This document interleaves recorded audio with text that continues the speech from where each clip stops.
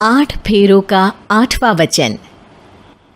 स्वाति ने इसी साल शहर के कॉलेज से पढ़ाई पूरी की है और अब उसके लिए जगह जगह से रिश्ते आने लगे हैं।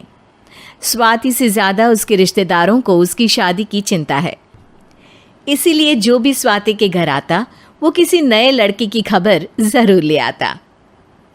अरे दीदी, ये फोटो देख के बताओ कैसा है।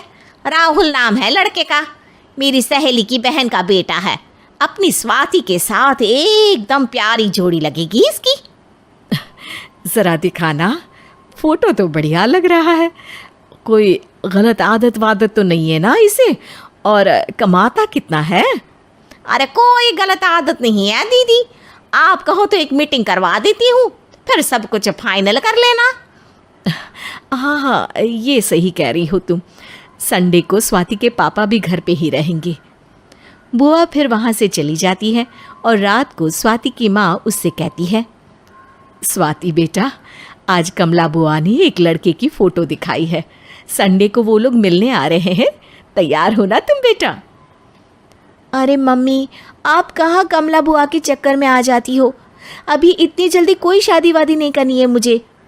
अरे बेटा, अच्छा लड़का है, बुआ जानती है उसे अच्छे से। हाँ स्वाति बेटा, एक बार मिल तो लो, बाद में देखेंगे आगे क्या करना है। वैसे तो कमला रिश्ता लाई है तो मना करने का तो कोई सवाल ही नहीं उठता। संडे की सुबह होती है और कमला बुआ राहुल और उसके मम्मी पापा को लेकर स्वाति के घर आती है। अरे आइए आइए भाभी, इसे अपना ही घर समझिए, इनसे मिलिए। ये मेरे भैया और ये मेरी भाभी हैं। नमस्ते भाभी जी, ये है हमारा लड़का राहुल, सरकारी नौकरी की तैयारी कर रहा है ये। वैसे आपकी बेटी कहाँ है? अरे स्वाति बेटा, बाहर आ जाओ। वैसे कितनी पढ़ाई की है स्वाति ने? जी, पोस्ट ग्रेजुएट है हमारी बेटी साइंस में। ये सब तो ठीक है, पर घर संभालना जानती है या नहीं? हमें कौन सी इससे नौकरी करवानी है, नौकरी तो मेरा बेटा करेगा ही। पर मैंने इतनी पढ़ाई की है और आप चाहती हैं कि मैं घर पर ही बैठी रहूं? अरे स्वाति बेटा, ये बड़ों की बात में तुम कहाँ बोल पड़ी? हम सब देख लेंगे क्या करना है क्या नहीं। हम तो इसी बात में विश्वास करते हैं कि घर के लड़कियां घर में ही रहे तो ज़्यादा अच्छा रहता है। वरना भाई साहब, आप तो आजकल के हाल जानते ही हैं, कितनी घटनाएं होने लगी हैं औरतों के खिलाफ। स्वाति बेटा, रसोई का काम तो पूरा जानती हो ना? शादी के बाद तुम्हें ही संभालना है वो सब। अरे बहुत अच्छा खाना बनाती है ये, आप सब लोग इसकी तारीफ करते नहीं थकेंगे। लो भाई, हो गई मीटिंग, अब शादी की तारीख फाइनल कर लेते हैं, क्यों भैया? भाई, हम तो पंडित जी से चर्चा करने के बाद ही तारीख फाइनल करेंगे। सालों से हम उनकी बातें मानते हुए आ रहे हैं। लड़के वाले और कमला बुआ की बातें सुनकर स्वाति एकदम नाराज़ हो जाती है और उसे लगने लगता है कि शादी के बाद उसे घर पर ही बैठना पड़ेगा। लेकिन घर वालों के आगे उसकी एक नहीं चलती और उसे शादी के लिए हाँ कहना पड़ता है। शादी का दिन आ जाता है और सब मंडप में जमा होते हैं।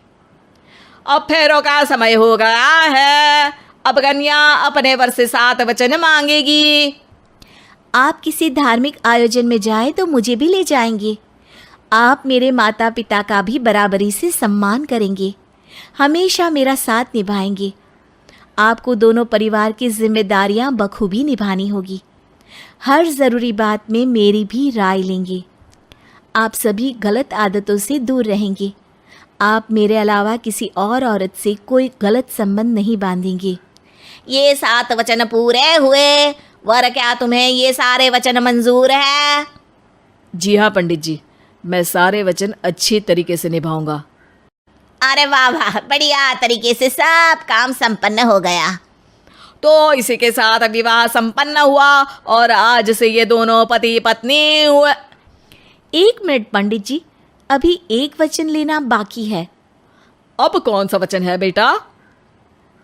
मैं अब हमेशा के लिए किसी दूसरे घर में जाने वाली हूँ, तो पति के अलावा मैं अपने सास ससुर से भी एक वचन लेना चाहूँगी। अब कहो बेटी। मैं ये चाहती हूँ कि मुझ पर किसी बात की कोई पाबंदी नहीं लगाई जाएगी। मुझे सब कुछ करने की आज़ादी होगी और मैं भी विश्वास दिलाती हूँ कि मैं एक अच्छी बहू बन के दिखाऊंगी।